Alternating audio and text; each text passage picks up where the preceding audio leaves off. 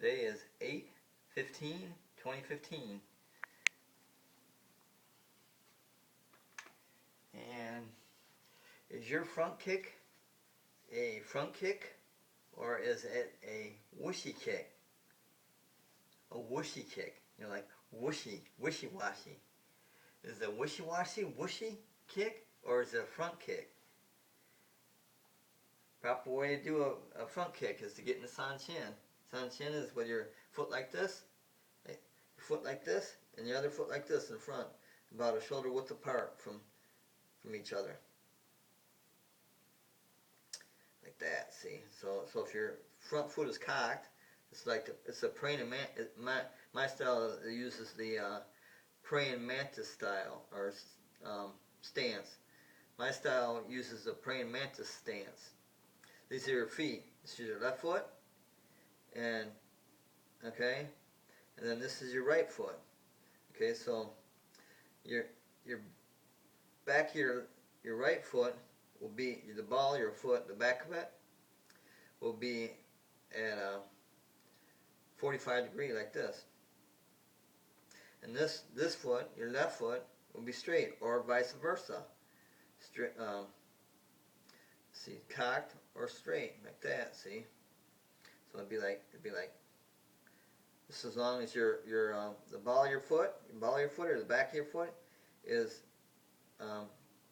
shoulder width apart from this foot to this foot, and this is your leading foot. Your front foot is at a 45 degree, and your other foot is straight. That's the san-chin. That's the san-chin stance, and it's a praying mantis stance. That's the way a praying mantis stands when he's in a defensive mode, in offensive mode. When he's in offense, when a praying mantis is in an offense and defense mode, he will stand with his leg at a 45. His leading leg, whatever leg it is, leading leg at a 45, and his back leg will be straight like that, and they'll be lying here at the back of the ball of this foot, and they're one shoulder width apart for the stance, and knees are bent. And okay, so that's what I'm in right now. I'm a shoulder width apart. My right foot is at a 45, and my left foot is straight, and my toes are in line with the back of my right foot. And it's in front, and it's at a 45. So my toes of my left foot are in line with the toes or my foot of my right foot So my left foot is toes are in line with the heel or the back part of my right foot. They're in line, one shoulder width apart, and my knees are bent. Okay, so now is your front kick a whooshy kick, wishy-washy kick, or a front kick? What is it? Okay, so to do a front kick, you bring your knee up like this, bring your knee up like that, and this is also a guard. This is a groin guard. You can't hit my groin, because all I got to do is move it slightly on any attack. So that also is a guard. So that's flat. You should be able to set up a cup of water right there, and it should be level. Then you strike out like that. You strike out, and you bring it back in and down. So you bring it up, flat, strike out, bring it back. And so you bring it up flat, strike out, and then bring it back. Okay, so that's a front kick. A whooshy kick is in between that. A whooshy or a wishy-washy kick is in between that. It's almost like a stiff-legged kick, like that, but it's kind of bent, and it's kind of a front kick like that. It's not bringing this up flat, where you can put water on it and kick it out. Okay, so that's a whooshy or a wishy-washy kick. Not bringing it up flat and out. And when you bring it out and kick, you once you touch, you push. So it's up, out, push, bring back. Up, out, push, back in position, down. Up, flat, out, push, back in position, down. Okay, so once you're up, flat, that's also this is also a knee guard. It's a block. It's a block. You can't kick me in the groin. Not with my knee right there. It's because all I gotta do is slightly go like that. And also with your knee like that, you're also in a position to use the my style of karate is Kung Fu karate or Uechi-ryu karate or Okinawan karate.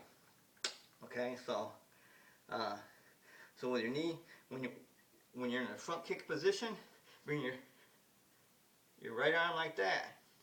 That's called a power block or a crane block. So the reason they call my style a Kung Fu style is because it has animal movements in it, like that, like the crane block. Okay, anything comes from this side and kicks, you know, looping backhands or whatever comes, you know, a hook punch, whatever comes from that side cannot get through with a power block or a crane block. It can't. And same thing with the other side. Same thing. See? Same thing. You know? So it'd be up like that. Or you can have it like this. Whichever way you want it. That is a power block. A crane block.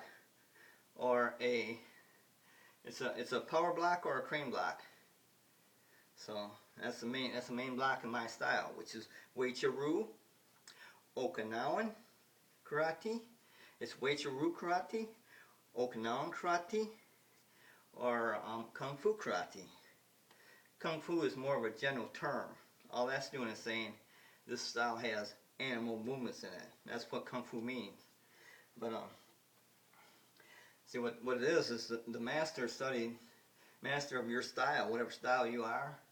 And if it's a Kung Fu style, what he did is he studied how animals fight and defend themselves, offense and defense of animals fighting. Because animals fight all the time, it's nature.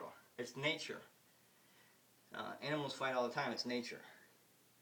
So what the Kung Fu master did, you know, whatever style you're in, if it's Kung Fu, then what he did is watch, you know, what each animal did that's in his style, in your style or in his style, which each animal did as offense and defense, and incorporated that into human movements.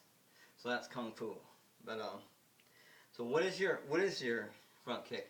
Is it a whooshy kick? You know, with almost a stiff-legged kick, almost a stiff-legged kick, or is it a flat out and push back down?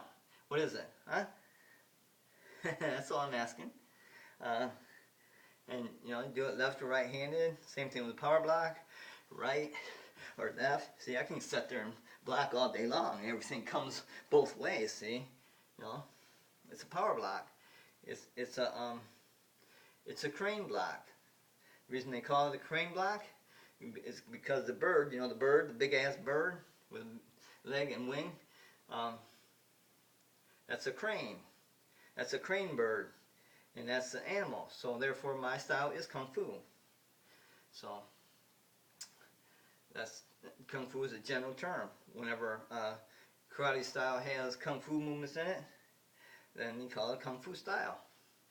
But my style, the main name of it is Okinawan, because it was developed back in Okinawa, overseas in Okinawa. So it's called Okinawan karate. And it's called Uechi-ryu karate. That's the actual, I think that's the actual Okinawan name for it, is Uechi-ryu. And then Kung Fu is the general term. So there you have it. What is yours? What is your front kick? Is that a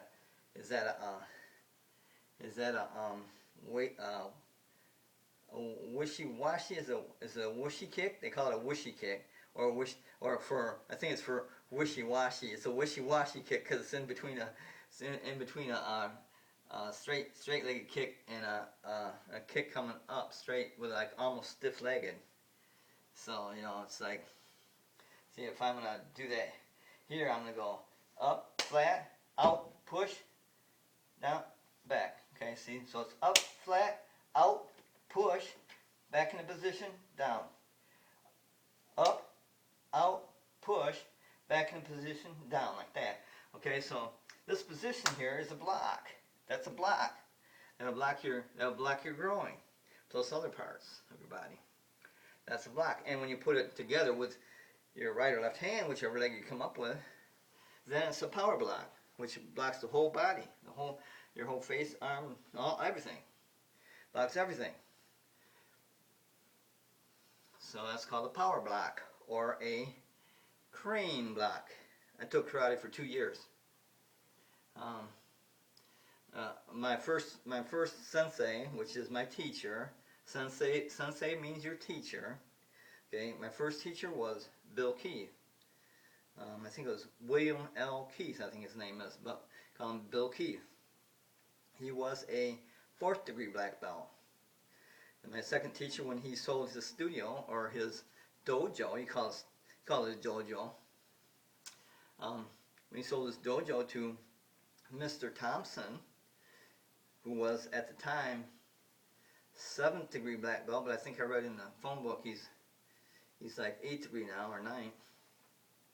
He's like an 8th degree black belt, and it takes many years of teaching and learning to become another dan like that. He's an 8th degree or 8th dan karate. You call it degree or dan. So he's an 8th dan or an 8th degree black belt. That's what in my style only goes to 10th degree. So that'll tell you something how experienced Mr. Thompson is. And he has a couple kids, and he has a Korean wife who's also a black belt. But he has a Korean, and he was a Green Beret, and he has something like 7 kills, confirmed kill.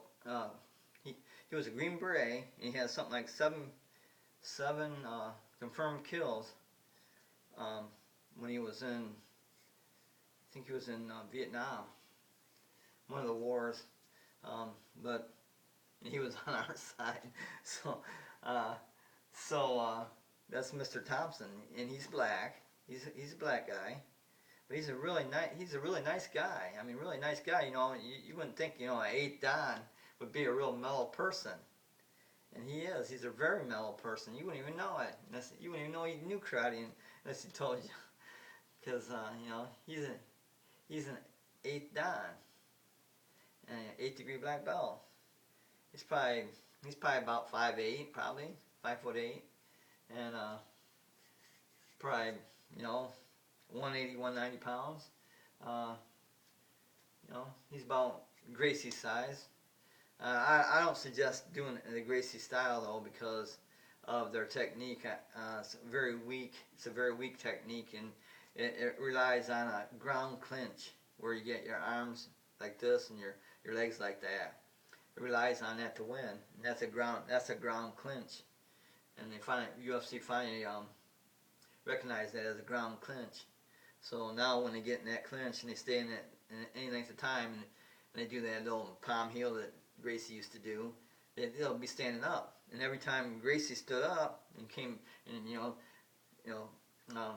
tried to get in and block their punches and stuff and kicks, so he doesn't get hurt at going in to get him, so to take him to the ground, he'd get hurt. He'd get hurt all the time. So the Gracie style is kind of useless in the UFC now.